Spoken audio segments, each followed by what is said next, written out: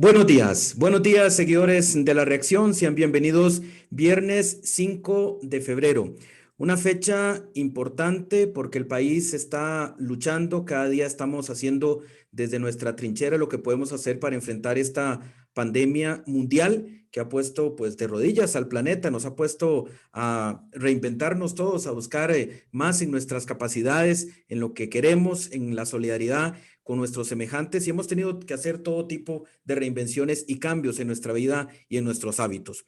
Pero el calendario electoral avanza y como ustedes lo pueden revisar, hoy es 5 de febrero, estamos exactamente a un año de que debamos acudir. Ya para estas horas tendríamos prácticamente 4 horas de estar asistiendo, 10 con 2 minutos, 4 horas de haber asistido ya a votar o preparándonos para ejercer ese sagrado derecho que es el voto, el sufragio en nuestro país, que hay que valorarlo porque no en todo el mundo se puede ejercer, no porque siempre lo hagamos, es tan, debemos tomarlo con su estimación, porque realmente es un proceso del que gozamos y que debemos ejercer con responsabilidad. Por eso esta mañana nos encanta tener una conversación con una persona que, como él mismo lo ha repetido en muchas ocasiones, es solo la cabeza de una gran familia electoral y que además lo ha dicho, el proceso electoral lo hacemos nosotros, lo hacen los votantes, lo hace la gente que va a votar, pero forma parte de una organización que es símbolo de prestigio para Costa Rica en el mundo, como es el Tribunal Supremo de Elecciones. Y por eso le damos la más cordial bienvenida, magistrado, don Luis Antonio Sobrado, esta mañana a La Reacción. Muchísimas gracias, don Danilo, por permitirme estar en tu prestigioso espacio periodístico y un saludo muy cariñoso a todas las personas que nos siguen. Ahora, don Luis Antonio, yo le tomo la temperatura, porque Ok. estamos a ver cómo está. Está 36,2. Está bien para poder ir a votar. Porque esto nos ha cambiado todo. Y si bien tenemos muchos temas, porque usted ha lanzado una bomba esta semana electoralmente hablando, y el tribunal es consciente de que estas cosas, porque bien que mal el país quiere elecciones, el país creo que vive el proceso electoral y cuando siente que algo puede ponerlo en riesgo, como que también se inquieta. Pero le pregunto esto porque me imagino que aparatitos de estos, las mascarillas, todo eso formarán parte entre un año del panorama cotidiano para ir a votar. Sin duda tendremos que ajustar el procedimiento de votación a las recomendaciones técnicas que nos dé las autoridades nacionales e internacionales en materia de salud. Sin embargo, tuvimos la dicha de que las elecciones municipales del año pasado se dieron antes de que la pandemia mostrara sus colmillos y tendremos dentro de un año elecciones donde posiblemente ya el programa de vacunación ha avanzado de manera importante y a lo mejor tendremos esa inmunidad de rebaño que nos permitirá ir a votar con relativa normalidad. Sin embargo, posiblemente tendremos que tener algún tipo de medidas como contar con alcohol en gel, promover distanciamiento social, hacer algún tipo de prioridad de personas, adultos mayores y otro tipo de personas con situaciones de alto riesgo de cara a la pandemia. Lo que la complejidad que se ha planteado especialmente ha concernido a los partidos políticos que tienen a partir de ahora un intenso calendario para concluir la inscripción para su participación electoral o de renovación de autoridades y desde luego la selección de candidatos. Toda esa intensa actividad tiene que realizarse en el primer semestre de este año y ahí sí, la pandemia ha establecido importantes limitaciones con la cual deben de contar y sobrellevar los partidos políticos, debiendo de privilegiar las herramientas virtuales también en estos procesos. Magistrado, me imagino que ustedes verán con detalle cada escuela y cada centro de votación, pero todas tienen, como usted decía, que reunir ese distanciamiento, no sé, normas de distanciamiento, y de pronto hay alguna escuela o un aula que no califique en vista de la ventilación que será necesaria. Ahí, ¿qué será? Con el MEP o una revisión detallada del espacio que implique cada aula, por ejemplo. Así es, nosotros hacemos siempre una revisión muy exhaustiva de que los centros educativos cumplan con las reglas destinadas a ser accesibles los centros de votación. Por ejemplo, está prohibido colocar aulas para votar en segundos pisos o con limitaciones de accesibilidad. En esta oportunidad, la selección y confirmación de los centros de votación tendrá que ser más rigurosa, con el propósito efectivamente de también considerar la mejor manera de evitar que el acto de votar agrave la situación sanitaria del país. Ahora, no quisiera detenerme mucho porque usted, en efecto, hay temas de fondo que aquí quisiéramos, por supuesto, abordar con usted, pero una persona con COVID no puede votar. O si ya ha pasado los 14 días, por ejemplo, ¿qué puede ocurrir? Llega estornudando, le puede impedir un miembro de mesa a una persona que ingrese. Ese tipo, ¿cómo lo imaginan para ese momento?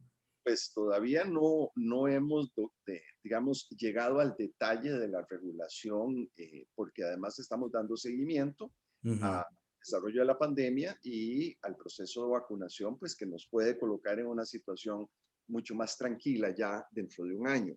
Pero evidentemente las personas que tengan restricción sanitaria no pueden salir de sus hogares porque se convierten en un riesgo para la salud pública. Claro. Bueno, estamos conversando esta mañana con el magistrado presidente del Tribunal Supremo de Elecciones, don Luis Antonio Sobrado. Valga decir, ente que desde mañana, aunque hoy lo han comunicado, ya tiene magistrados propietarios adicionales, don Luis Antonio, como en este caso es don Hugo Picado, porque me imagino la magnitud de los asuntos es muy amplia. Además de don Hugo Picado, se nos une doña Lucy Retana, Doña Lucy Retana. magistrada suplente, que en esta ocasión y durante año y medio va a ser también propietaria para conformar un tribunal de 5 miembros propio de la época electoral. La razón de esta ampliación coyuntural del tribunal es en parte porque el nivel de trabajo pues, sube notablemente a partir de estos días, pero también como una garantía de regularidad del proceso electoral.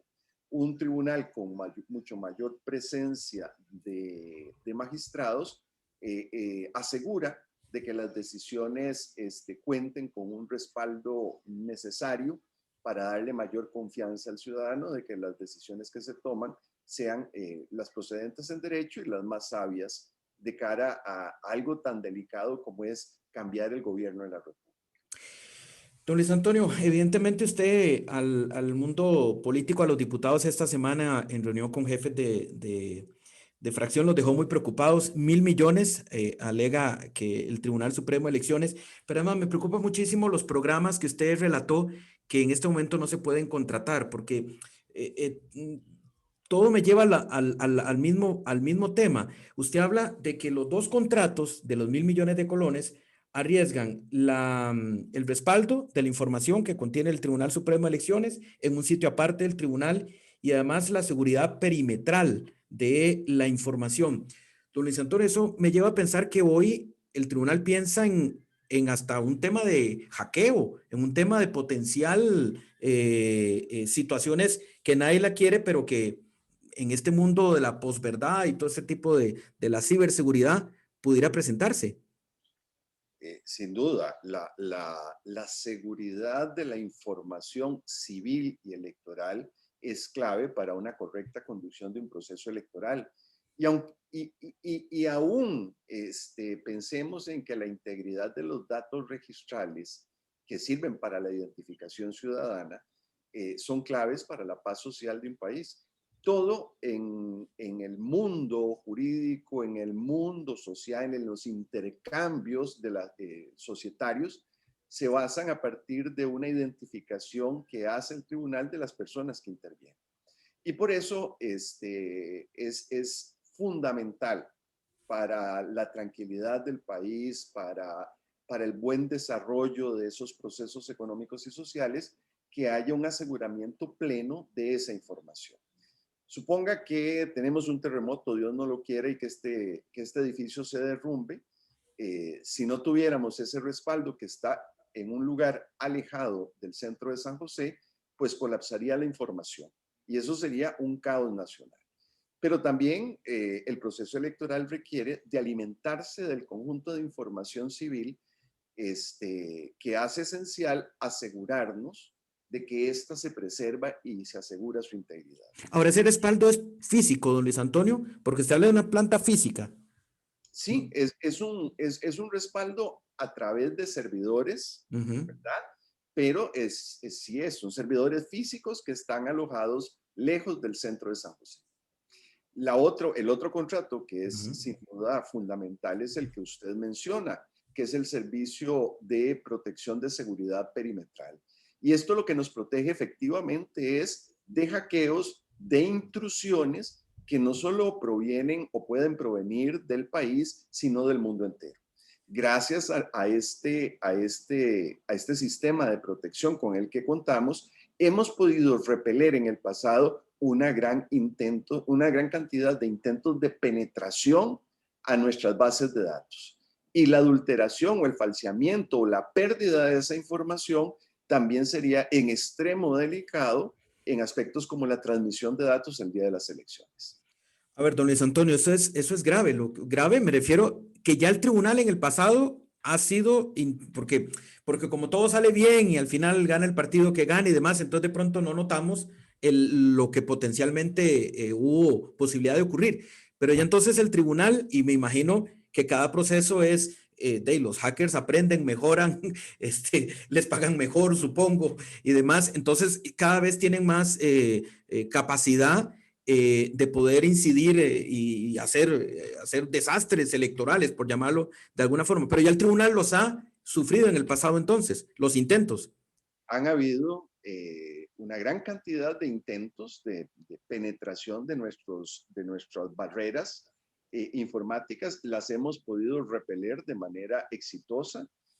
Bueno, este es un fenómeno de tipo mundial, y hay que estar preparados porque efectivamente conforme se va dando esta sofisticación de los piratas informáticos y van desarrollando mayores armas, también hay que ir incrementando las medidas de protección para mantener contenida esa información, su integridad y prevenir cualquier intento de manipulación y más grave si es información electoral.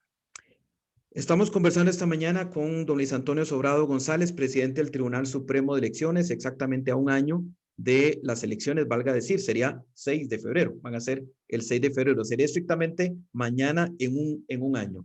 Conversación que, valga decir, pues solicitamos desde hace varios meses porque hoy, precisamente, cuando empieza como ese conteo en reversivo, en reversa hacia las elecciones del próximo 6 de febrero del año 2022. Don Luis Antonio, usted ha calificado estas elecciones como desde el punto de vista las más complejas que ha organizado el Tribunal Supremo de Elecciones. Ya abordamos un poquito lo de la pandemia, por lo menos desde el punto de vista sanitario, pero desde el punto de vista político, yo quisiera que me amplíe los elementos que usted considera, hemos insinuado algunos, el tema de la ciberseguridad, pero ¿qué otros elementos confluyen para estar frente al proceso electoral quizá más complejo de la historia, por lo menos reciente? Justamente el día de ayer, cuando acudimos ante la Asamblea Legislativa y nos reunimos con las jefaturas de fracción, gracias a la coordinación eficiente que hicimos con el presidente de la Asamblea Legislativa, les manifestaba que la complejidad de las próximas elecciones exigen que el tribunal esté plenamente respaldado a nivel presupuestario para tener la capacidad de reacción, el músculo y poder conducir de manera eficaz este delicado proceso electoral que se avecina. Y no dudé en calificarlo como las elecciones políticamente más complejas de la historia del Tribunal Supremo de Elecciones. Ojalá fuera el único desafío el de ajustar los procedimientos electorales a la realidad pandémica que vive el país. Eso quizás es lo más sencillo. Pero lo cierto es que la pandemia ha asolado el mundo entero y Costa Rica en particular. Una gran cantidad de personas han perdido su trabajo, muchos más han visto reducidos los ingresos familiares, han habido quiebras importantes de diferentes emprendimientos privados y esto ha generado el propio confinamiento a que nos hemos sometido todos en un nivel o en otro, han generado un clima social, un ambiente colectivo muy complicado. Es decir, dominan sentimientos como la desazón, la preocupación por el futuro, el cómo voy a llevarle comida a mis hijos y a mi familia, en fin, hasta enojo ciudadano. Y esta situación de crisis y sus efectos psicológicos son el caldo de cultivo perfecto para que prosperen y calen las propuestas autoritarias y que los discursos populistas también resulten más atractivos para un buen nivel de la población. Y sin duda alguna, este tipo de situación resulta agravada con las estrategias de desinformación que ciertos malos costarricenses, como otras personas en el mundo, desarrollan y que contaminan la integridad de las elecciones. Lo que ha pasado en Estados Unidos, la primera democracia del mundo, es un buen ejemplo. Y en Costa Rica también hemos empezado a ver cómo este tipo de intromisiones y de intentos de falsear la verdad tienden a crear mucho mayor crispación ciudadana. Y hay que navegar con eso en un proceso electoral. Nosotros siempre hemos dicho que la escogencia de un nuevo gobierno requiere de serenidad. Requiere de serenidad para poder escoger al mejor equipo capaz de sobrellevar los grandes desafíos de un mundo post-pandemia que requiere sin duda la reactivación económica y la normalización de los procesos sociales y económicos. Por eso la decisión de votar debe de estar presidida por un conocimiento certero de lo que está pasando, un conocimiento de cuáles son las propuestas partidarias y quiénes son los candidatos. Luis Antonio, pero es esa situación de que el ciudadano piense, bueno, los que creemos en la democracia, evidentemente los que creen de facto, pues tendrán sus mecanismos, pero los que creen que es inclusive el gobierno actual, independientemente de su sello ideológico, es el responsable de todo lo que viven, pues tendrían la oportunidad, vaya, de además creerle a todos estos abejones de mayo que creen que tienen la solución para todo. Dicho con mucho respeto tenemos una oferta. No sería, debería ser más bien un espacio que la población diga, yo quiero que otro me resuelva y me reactive y me cree empleo, todo ese tipo de cosas, y acudir, y como usted lo ha dicho muchas veces, llenar las urnas. Estoy totalmente de acuerdo. Las elecciones en democracia tienen la maravilla que le permiten a una ciudadanía mantener a un partido en el ejercicio del poder si considera que lo ha hecho bien, pero también está en sus manos sustituir a esa agrupación partidaria y poner al mando del gobierno a fuerzas políticas alternativas. Ese es un juicio ciudadano que debe de hacerse.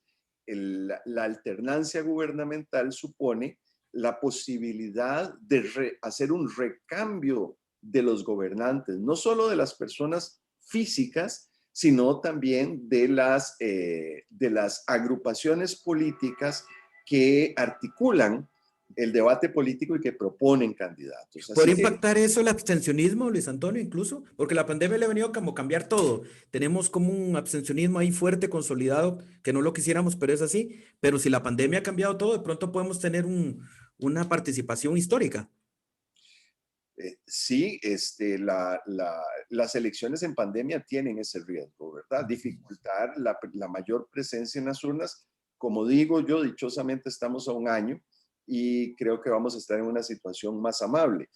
Pero lo que sí es cierto es que esta campaña electoral, si la asumimos con serenidad y con suficiente información, va a tener como punto central una valoración de los problemas generados por la pandemia, de las políticas públicas que se han implementado, de la visión crítica de los partidos de oposición, y el costarricense va a tener la posibilidad de escoger con absoluta libertad a quienes quiere que asuman esos cargos en la rama ejecutiva del gobierno, que es el presidente, el vicepresidente y los ministros que llegue a nombrar, y el conjunto de la Asamblea Legislativa. Ojalá que esa racionalidad prive en el sentido de tomar un voto de tipo racional y que podamos entre todos escoger la mejor propuesta y el mejor equipo de gobierno según esa valoración. Pero para ello necesitamos tener información cierta. Claro. Un debate racional supone que podemos discrepar en las interpretaciones de la realidad, en las propuestas que se hacen, pero sobre la base de un conjunto de datos ciertos que son los que dan la realidad. El problema de los troles y todas otras formas de desinformación que existen es que crean una realidad alternativa y paralela, como decir, por ejemplo, que la Tierra es plana o que las vacunas son malas para la salud, etcétera, etcétera, etcétera. El Y problema eso, es que las premisas, en muchos casos, ¿verdad? En las premisas sobre las cuales quieren que discutamos, ni siquiera sabemos si son las verdaderas. así es, y a estas alturas no podemos negar que el hombre llegó a la luna, que el mundo es una esfera y que las vacunas son un mecanismo eficaz para contener una pandemia. Precisamente yo alabo el importante labor de la prensa al desenmascarar estas maniobras de desinformación. Programas como el de Pelando el Ojo, perdón, No Coma Cuento, y Doble Check, nos ofrecen un servicio de chequeo de la verdad.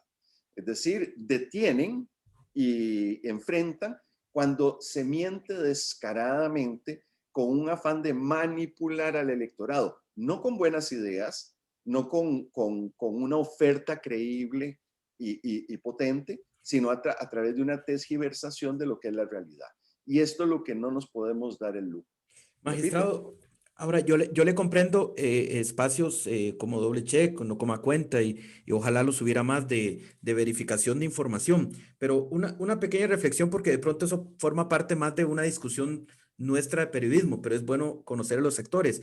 Ese es un riesgo de convertirnos a los medios como de estar eh, confirmando lo mismo que hacemos nosotros de pronto no proponer enfoques nuevos, diferentes y demás, sino estar confirmando, verificando si lo que otro ha publicado es falso o es cierto. Digo yo, es un riesgo también en la cobertura periodística. yo creo que los desafíos del mundo de hoy exigen de la prensa ambos roles. No solo cubrir la elección como noticia y darle la relevancia que tiene unas elecciones que van a significar una sustitución de todo el gobierno, sino también tomar el toro por los cuernos y verificar la realidad sobre la cual se empieza, la realidad que sirve de infraestructura para la discusión política. Algunos han dicho que tiene que ser el Tribunal Supremo de Elecciones, yo he dicho no. El Estado no tiene por qué decir cuál es la verdad en la discusión política. Eso es un tema más de ciudadanía, es un tema que concierne a los medios que forman parte de la sociedad civil, corresponde al mundo universitario, esa conciencia lúcida de la sociedad costarricense, y a fin de cuentas corresponde al propio elector.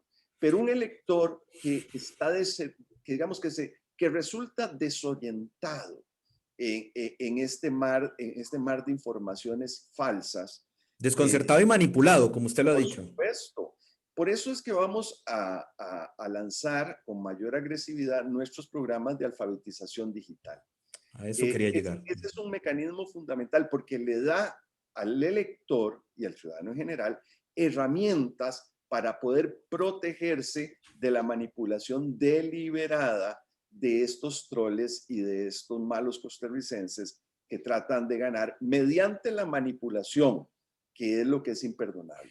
La crítica, las propuestas alternativas son la herramienta para tratar de conquistar efectivamente el favor electoral, pero no adulterar la realidad, no mentir, no crear una crispación injustificada para llevar agua a sus molinos partidarios. Don Luis Antonio, ligo esto al tema del faltante de los 1.000 millones que usted decía a los diputados para el tema de los dos programas, porque usted mencionaba también el tema de Estados Unidos. Bueno, está claro, vamos a ver, Estados Unidos tiene su autonomía, evidentemente, pero todo esto que el presidente Trump decía de fraude electoral, pues más bien lo está llevando a un impeachment que ya veremos los resultados y demás.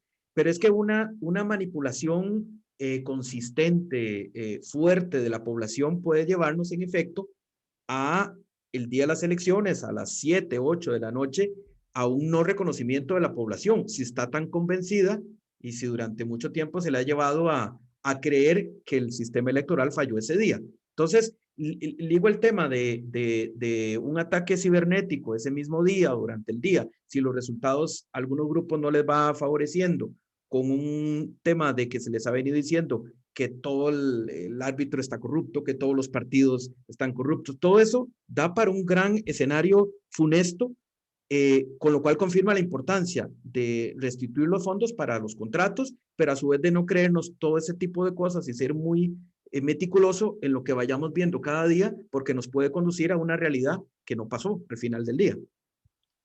Sin duda es así. Y ese riesgo que usted apunta se incrementaría en el caso de un resultado electoral estrecho, que es el peor escenario en el que puede desenvolverse un organismo electoral y una sociedad democrática.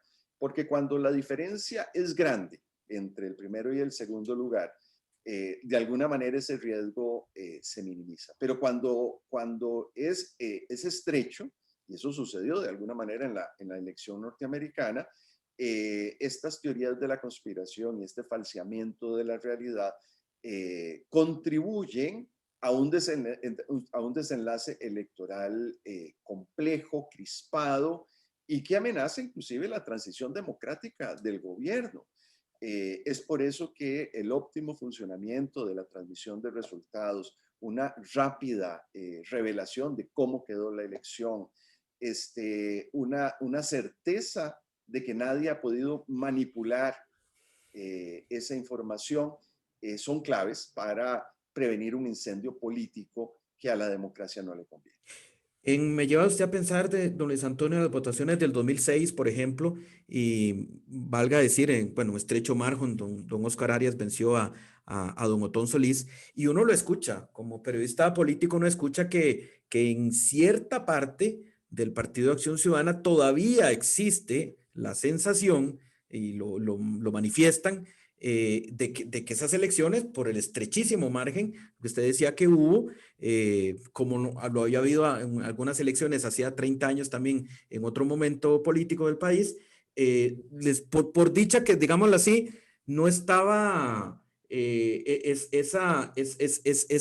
esa presunción de manipulación que de pronto usted describe y que ahora puede estar ocurriendo, que lo llevara a un no reconocimiento de las elecciones. Valga decir, inmediatamente don Otón Solís dijo a respetar el proceso y listo, asunto acabado. Pero en los partidarios siempre queda la sensación que ojalá en esta ocasión no lleve para nada ni a un estrecho margen ni a ese riesgo de un no reconocimiento de alguna agrupación de los resultados.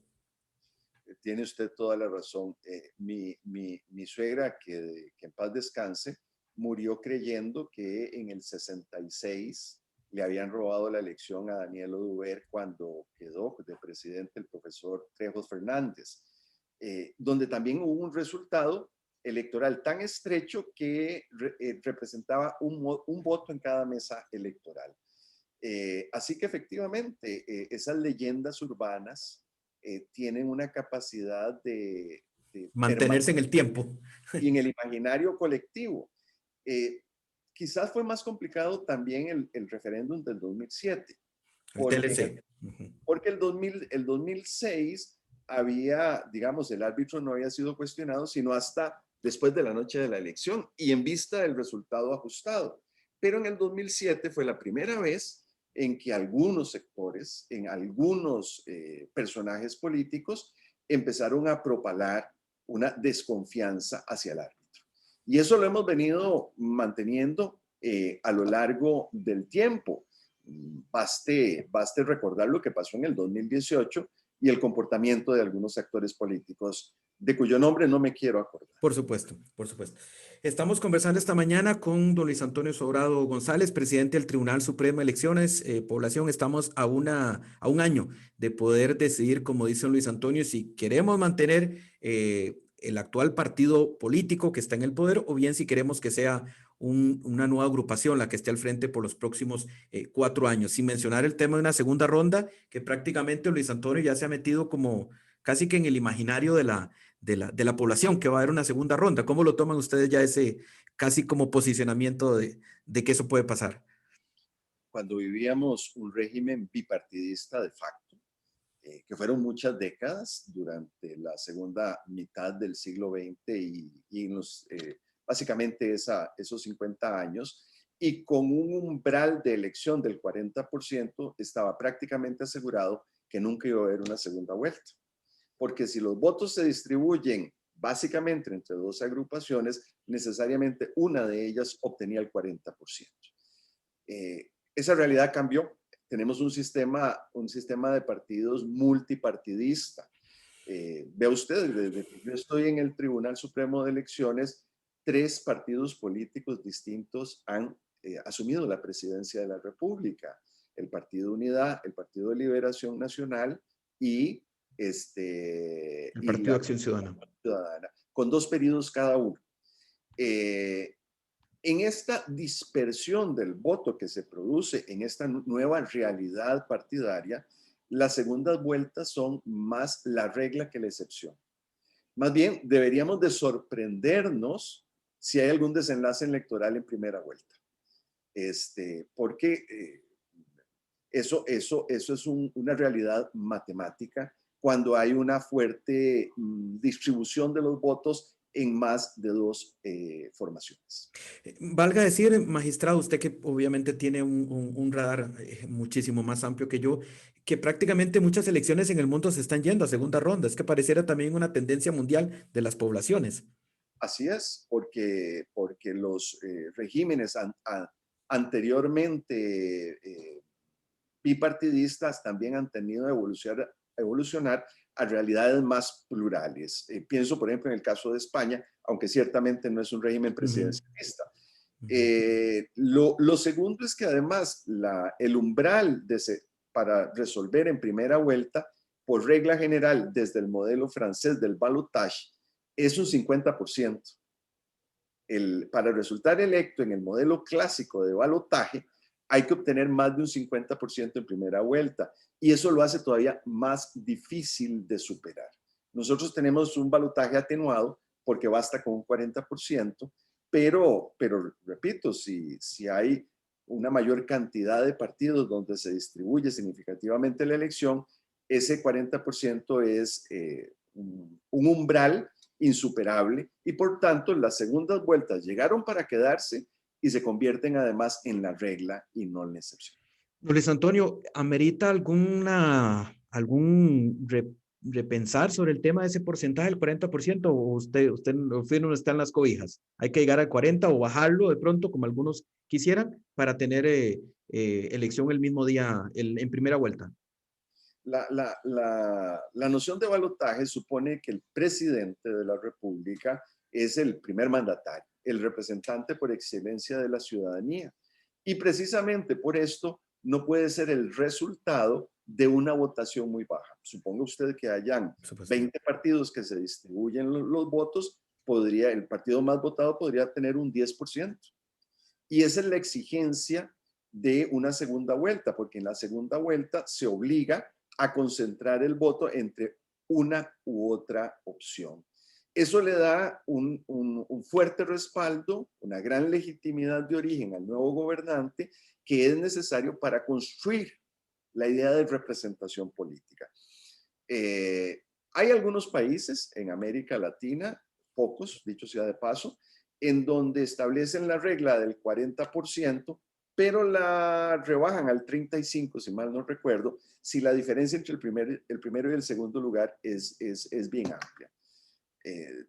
Eso es una posibilidad para discutir. Yo me quedaría con el sistema del 40%. Una elección por menos del 40% permite cuestionar la legitimidad de origen del nuevo gobernante. Muy bien, discusión muy amplia que evidentemente es científica, con números y demás, y valoraciones política democrática muy fuertes.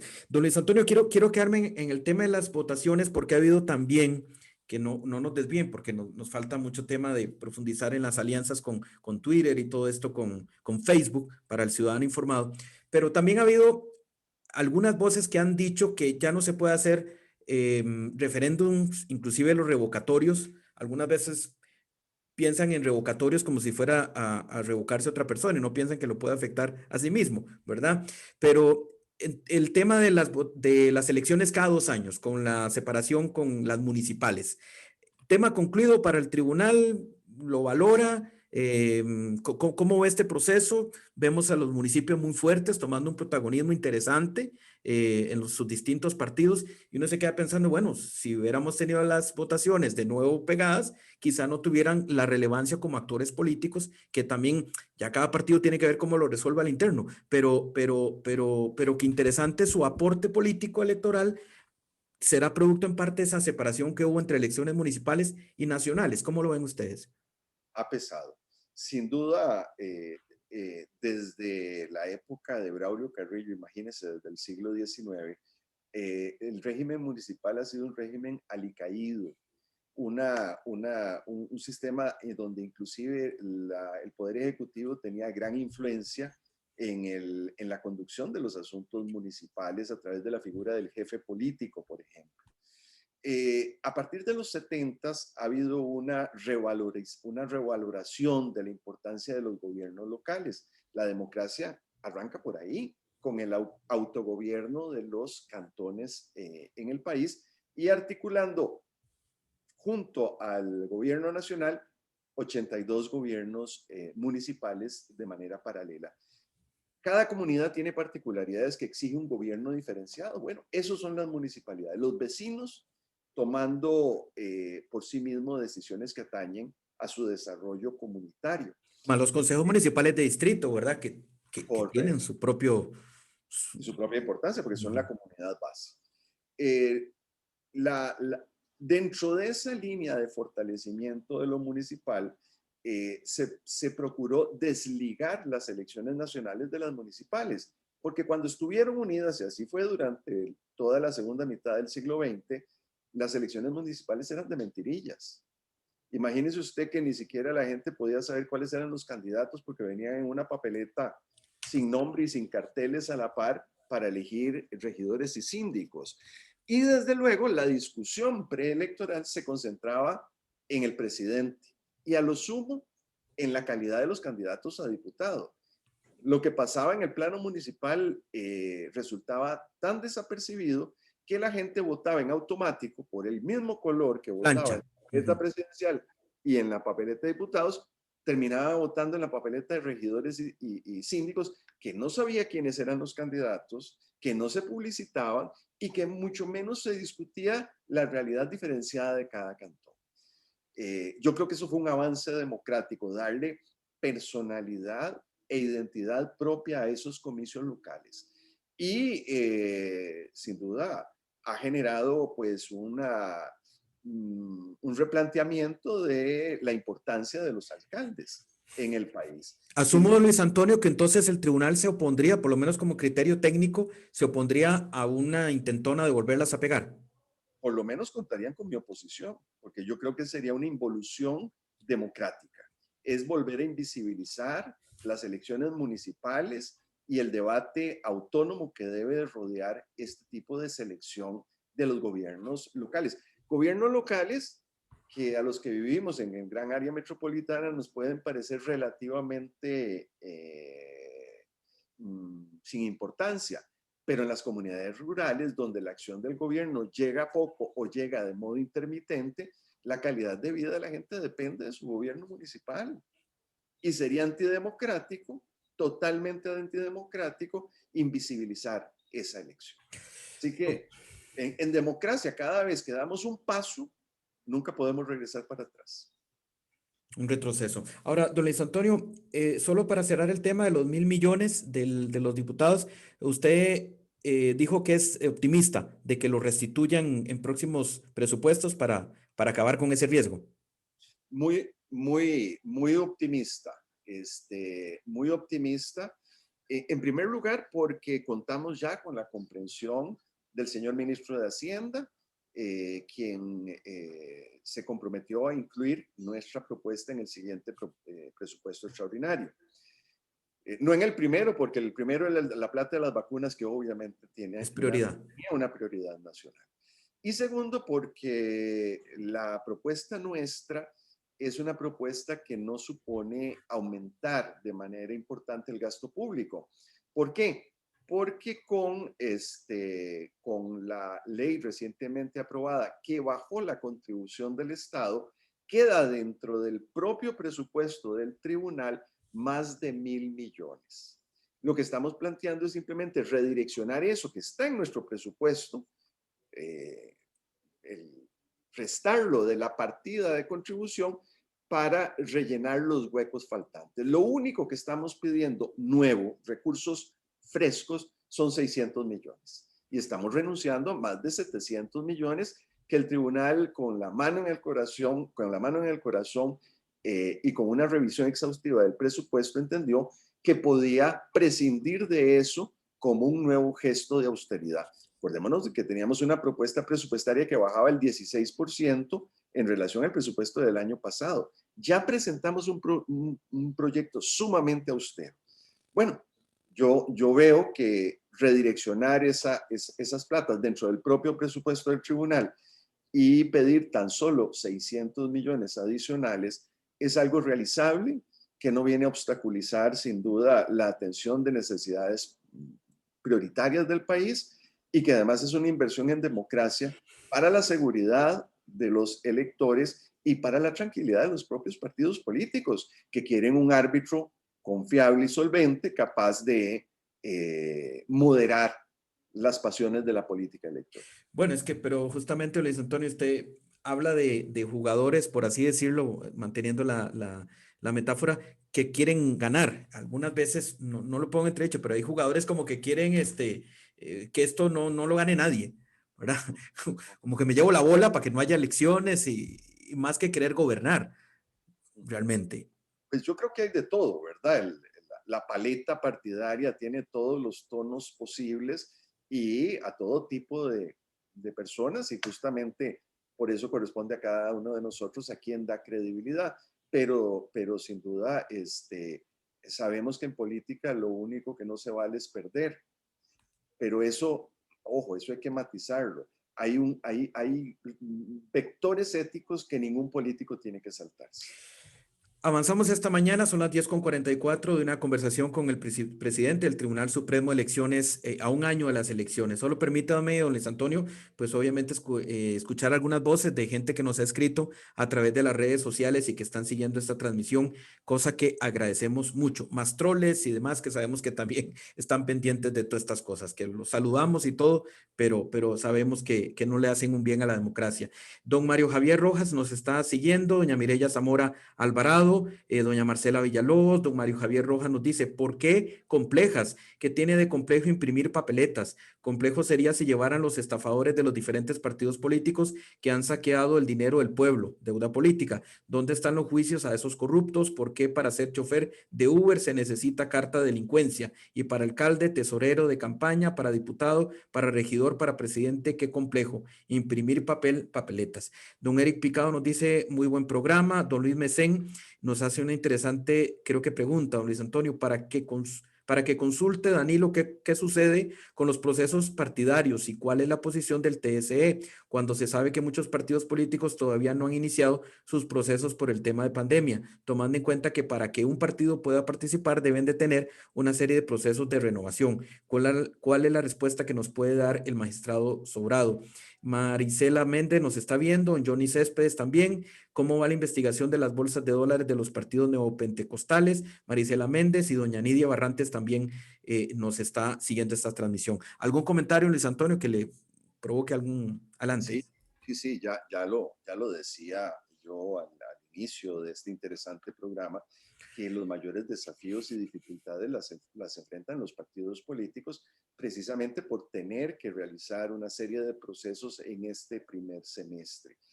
Para paliar de alguna manera esta situación se tomaron diferentes disposiciones. Primero, se suspendió por 6 meses el transcurso de los plazos que pudieran estar afectando a los partidos políticos. Flexibilizamos dándoles 6 meses para que se pudieran reinventar en el mundo de la digital y de la virtualidad. En segundo lugar, aunque desde marzo se proscribió las asambleas presenciales, siguiendo directrices del Ministerio de Salud, desde aproximadamente el mes de junio se dictaron lineamientos para la realización de asambleas virtuales. Y una gran cantidad de partidos han desarrollado múltiples asambleas a través de este tipo de plataformas que estamos utilizando el día de hoy. Y desde diciembre se promulgaron una serie de directrices para retornar a las asambleas presenciales. Claro, bajo el entendido de que sean la excepción. Otra medida importante que se tomó fue apoyar una importante iniciativa que se dio en el seno del Parlamento y que se convirtió en ley hace algunos días y que se publica hoy en el Diario Oficial La Gaceta. Esta ley, en primer lugar, rebajó el porcentaje que los partidos políticos tendrán en las elecciones 2022 y 2024 de manera relevante, pero también introdujo nuevas formas de flexibilidad. ¿Cuáles fueron esas normas de flexibilidad? Primero, que aquellos partidos que hagan la postulación ahora, cuyas asambleas tengan mandato vigente, lo pueden hacer, sin necesidad de que hayan terminado su proceso de renovación de autoridades. Es decir, aquellos partidos cuyos asambleístas tienen mandato, por ejemplo, hasta julio, pueden ya realizar sus procesos de postulación y esos procesos son válidos aunque no haya concluido el proceso de renovación de autoridades. Igual, si de camino se le vence el mandato a los comités ejecutivos, se les extiende su mandato hasta la conclusión del proceso electoral 2022.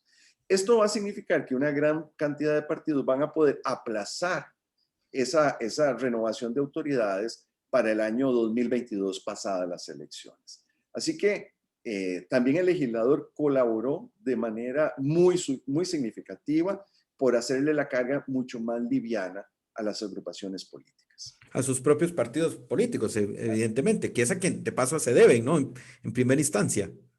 Así es. Obviamente lo he dicho también, no hay democracia sin elecciones, pero tampoco hay elecciones sin partidos políticos. Los partidos políticos no hay que satanizarlos, no son más que organizaciones ciudadanas para la participación política. Y como con otro tipo de organizaciones de la sociedad civil, tienen luces y sombras, grandezas y miserias. Por eso es que tenemos que hacer una selección muy adecuada de a quienes vamos a darle nuestro respaldo electoral para asegurarnos que esos deseos que tenemos de volver a la normalidad, de que se reactive la economía, de volver a tener ingresos familiares suficientes, pueda llevarse a la práctica. Don Luis Antonio, hay muchísimos candidatos o por lo menos aspirantes que están partiendo. Solo en Liberación Nacional tiene 11 candidatos, todos hombres. De paso, es un reto a resolver el tema de la participación de las mujeres. Pero desde el Tribunal Supremo de Elecciones, que haya muchos candidatos o muchos aspirantes, ya sabemos que en la política no todos quieren, sino pues irán por diputaciones, muchos, otros por cuotas de poder, en fin, leyendo ya cómo es el tema. Pero desde el tribunal que haya muchos candidatos, ¿cómo lo ven? Como que es positivo que haya muchos ciudadanos aspirando o que lamentablemente que la obligación presidencial se piensa que cualquiera la puede asumir o que muchos se sienten capacitados para asumirla. Bueno, ese es un factor que el tribunal no controla. Lo ha dicho la Sala Constitucional, no se pueden crear obstáculos irrazonables para el surgimiento de nuevas agrupaciones y de nuevas aspiraciones. Eso es una lógica democrática donde no se puede fosilizar la oferta partidaria que ha regido en otros procesos y prolongarla de manera indefinida. Es la ciudadanía la que decide participar. Lo cierto es que esta esta eclosión de partidos políticos y con las dificultades que puede plantear para un debate más ordenado y claro antes de las elecciones, sí reflejan un gran interés de participar en política de la ciudadanía costarricense. Así que veámoslo también como un desafío importante que tiene el país, que no depende del Estado ni de su tribunal, pero celebremos ese deseo de mayor participación política de aquellas personas que deciden sacrificar tiempo personal, dinero, recursos, familia, por poner su voz en el mundo político. Y Ahora, no es cierto que todos los políticos son corruptos. Ese tipo de generalizaciones son injustas, porque la verdad es que la política, lo decían los filósofos griegos, es la más noble de las ocupaciones, porque supone repensar en qué tenemos que hacer para satisfacer el interés común, cómo podemos hacer para satisfacer las necesidades apremiantes de la mayoría de la población. Pero repito, ese interés ciudadano en la política, ojalá que todos la encaucemos de manera inteligente, que contemos con información suficiente, que tengamos herramientas para repeler la desinformación y la manipulación de algunos malos costarricenses y que tengamos la sabiduría para escoger a los mejores hombres y mujeres. Pero ojo, las elecciones del 2022 no solo son importantes porque le vamos a dar la presidencia a la mayoría electoral, sino que vamos a tener una asamblea legislativa donde la mayoría de las agrupaciones, por lo menos las más significativas a nivel electoral, van a estar representadas. Vamos a tener ese abanico ideológico y político en la asamblea, que también es importante que sea de gente capaz, porque la verdad es que no se puede gobernar, no se puede conducir el poder ejecutivo sin tener sinergia con el órgano parlamentario del país. don Luis Antonio, ahora usted es bastante optimista y quisiera verlo, hacerle esa lectura a que haya muchos partidos, pero si todos logran la inscripción, vamos a tener una papeleta enorme, una sábana realmente difícil hasta poder, casi como que habría que buscar con lupa cuál es el partido por el que alguno quiere votar.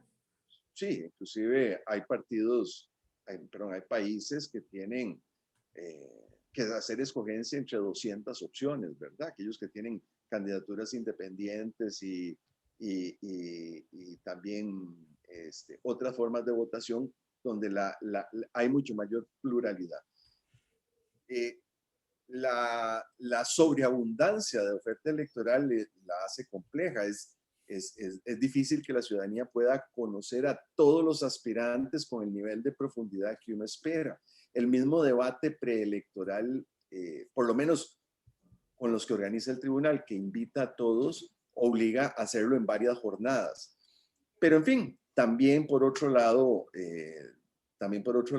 le da mayores opciones al electorado. Es decir, tiene aspectos positivos y también tiene aspectos o precios que pagar. Don Luis Antonio, yo quisiera tomarme y agradecerle este espacio esta mañana de viernes 5 de febrero para insistir y ver qué estrategias el tribunal va a robustecer o ya está robusteciendo para el tema del ciudadano cibernético, el ciudadano digital y todo ese tipo de cosas. ¿Qué recomendaciones y qué estrategia, más que todo, va a utilizar el tribunal para que la población pueda vacunarse electoralmente o pueda estar más preparado para reconocer fake news, para reconocer información manipulada?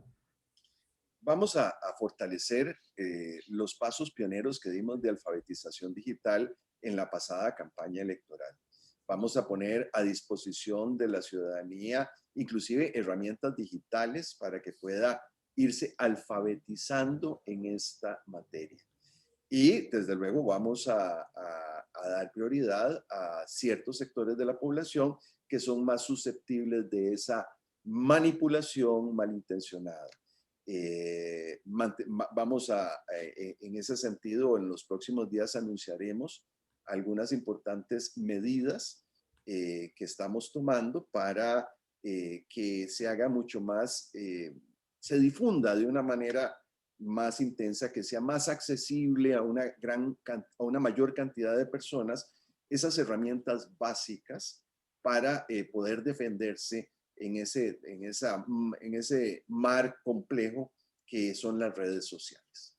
Ya, Porque en esto, Luis Antonio, hay quienes quieren saber reconocer un ciudadano que quiere estar informado, que quiere tomar una decisión informada, como lo ha venido desde hace años el tribunal, pero hay otros que les interesa evidentemente también propalarlo, claro, ¿verdad?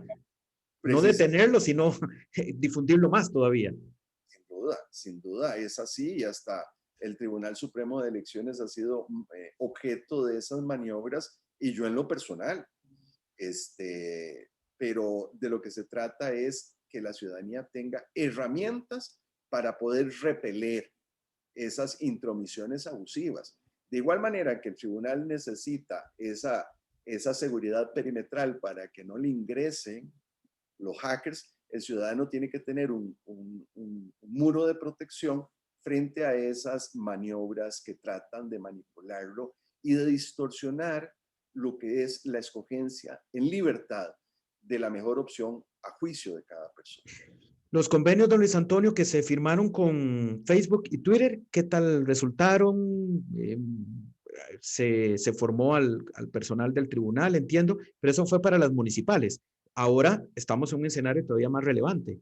Sí, claro. Lo cierto es que lo de 2018, con el apoyo de Facebook y Twitter, fue apenas un plan piloto, un primer paso. Pero ojo, de los primeros de América Latina, donde un organismo electoral asume este desafío de no solo educar para la democracia, sino también alfabetizar para las redes sociales.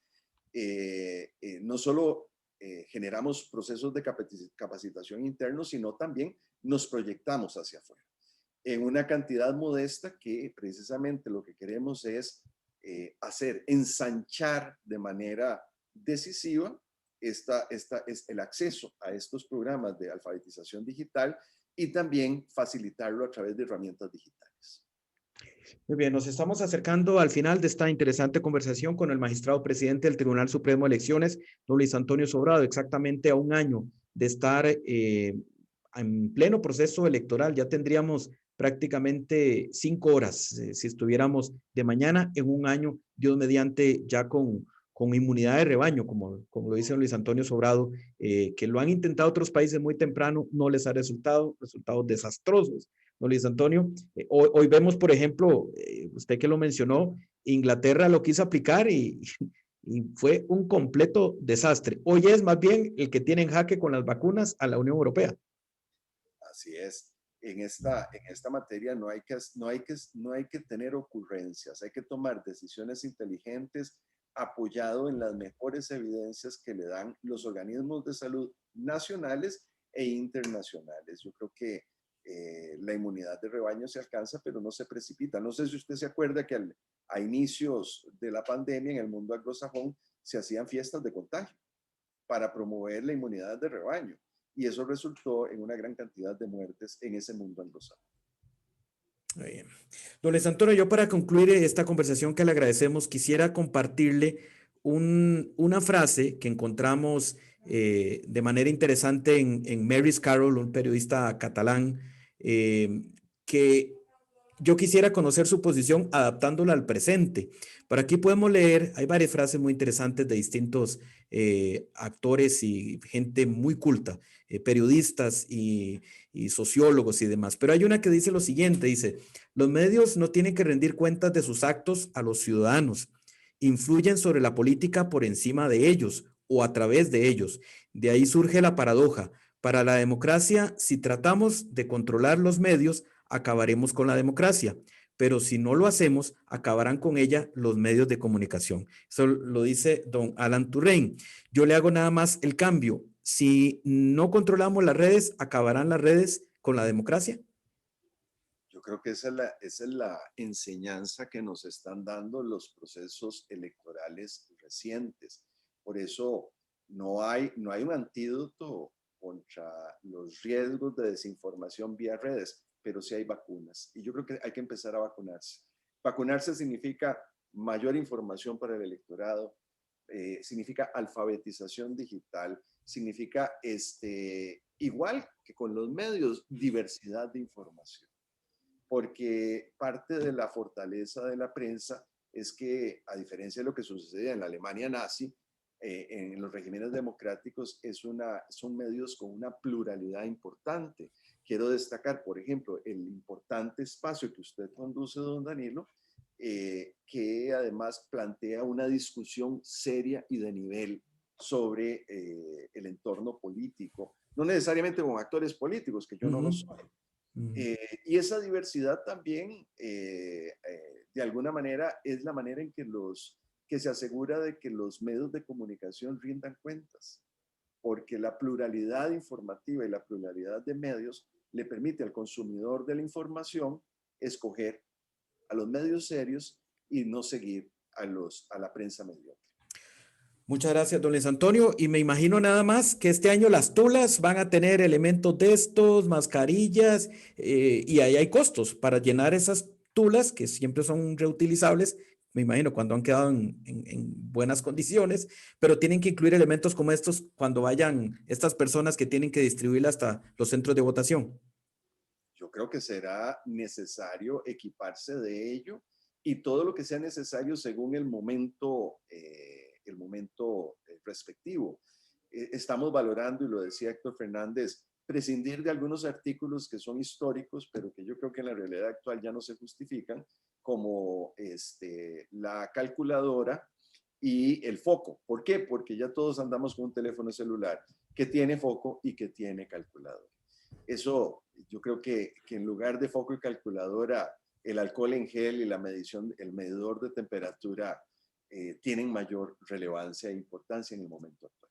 Así es, nos vamos ajustando a los nuevos tiempos según lo que nos vaya pues, deparando la pandemia y evidentemente la vacunación en ese instante, en febrero del año entrante. Magistrado, muchísimas gracias por haber estado con nosotros esta mañana en La Reacción. Gracias más bien usted por la oportunidad y aprovecho para recordarle a los costarricenses que en el proceso electoral es como un banco con tres patas. Está el Tribunal Supremo de Elecciones y el resto de la organización electoral, están los partidos políticos, pero los más importantes son los ciudadanos, porque los ciudadanos hacen la elección y los ciudadanos deciden quién gana, no es el tribunal. Nosotros simplemente certificamos la voluntad popular. Así que hay que empoderarse de esa condición de protagonismo, hay que involucrarse en el proceso electoral y asegurarnos que los próximos gobernantes sean capaces. Don Luis Antonio, en el caso personal, ¿será su proceso número 9 u 8? Ya he perdido la cuenta, pero al nivel nacional, solo contando nacionales, yo estuve en 2002, 2006, 2010, 2014, 2018 y 2022. Este sería el sexto proceso nacional. ¿Como magistrado presidente? No, como magistrado. No, como magistrado. Como presidente, el primero mío fue 2010, 2014, 2018 y este sería el cuarto en la presidencia. El cuarto. Don Luis Antonio, muchísimas gracias. Realmente fue una entrevista que desde hace varios meses habíamos programado y hoy era el día de poderla realizar. Gracias por haber estado con nosotros esta mañana. Ha sido todo un gusto, don Daniel. Y todas estas nuestras entrevistas están siempre en una pestaña que se llama Reacciones en el sitio web www.lareaccioncr.com www.lareaccion.com y todas las entrevistas que hagamos sobre temas electorales y demás de la vida nacional, no todo es política, evidentemente, aunque nos encante tanto, pero hay muchos temas que vamos abordando también a través de la reacción que usted puede consultar. Gracias a las personas que han estado esta mañana con nosotros conectadas en las redes sociales y pues seguiremos tramitando todas las consultas que se nos hagan. Feliz mañana, don Luis Antonio. Hasta luego, y le acabo de dar un aplauso virtual en la pantalla con los mecanismos que me da Zoom. Aplaudir su espacio y agradecerle profundamente la oportunidad. Muchísimas gracias. Se nos quedan evidentemente muchísimos temas, franjas horarias, hay tantas cosas que preguntar, viene un proceso complejo, hay recursos que no van a haber tanto, pero ya tendríamos nuevo espacio, don Luis Antonio, se lo pediríamos para profundizar cada vez más en estos temas. Cuente con ello. Que pase feliz mañana, seguidores de La Reacción. Estamos para ustedes y el domingo tenemos un programa especial, una transmisión. La Unidad Social Cristiana, lo dijimos, tiene una asamblea nacional muy, muy, muy importante. Se juega muchas cosas esa agrupación, el PUS, de cara a la elección del 2022. Y justamente para el Día de la Radio, los queremos desde ya invitar. 13 de febrero, en una semana, de mañana en 8, tendremos un programa muy especial justamente hablando de frecuencias. Hablemos de frecuencias, el espectro radioeléctrico que es de también todos los costarricenses y no siempre está en manos de la gente, que es la que debe hacer la radio. Que pase feliz mañana, nos reencontraremos muy pronto. Buenos días.